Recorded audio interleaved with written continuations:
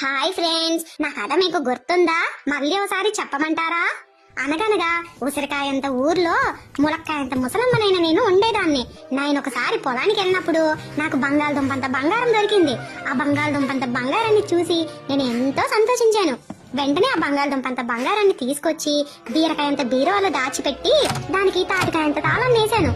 అది ఒక దొండకాయంత దొంగోడు చూసి తాటికాయంత తాళాన్ని పగలగొట్టి బంగాళదుంపంత బంగారాన్ని ఎత్తుకుపోయాడు. అది చూసి నేను చాలా బాధపడ్డాను.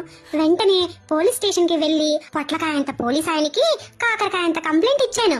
అప్పుడు ఆ పొట్లకాయంత పోలీస్ ఆయన లవంగమంత లాఠీ పట్టుకుని జీడికాయంత జీబులో బయలుదేరి ఆ దొండకాయంత దొంగోడిని పట్టేసుకుని జామకాయంత జైల్లో పెట్టాడు.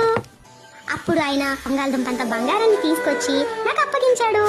సో ఇది ఫ్రెండ్స్ నా కథ. ఇలా నేను బంగాళదుంపంత బంగారాన్ని దక్కించుకున్నాను.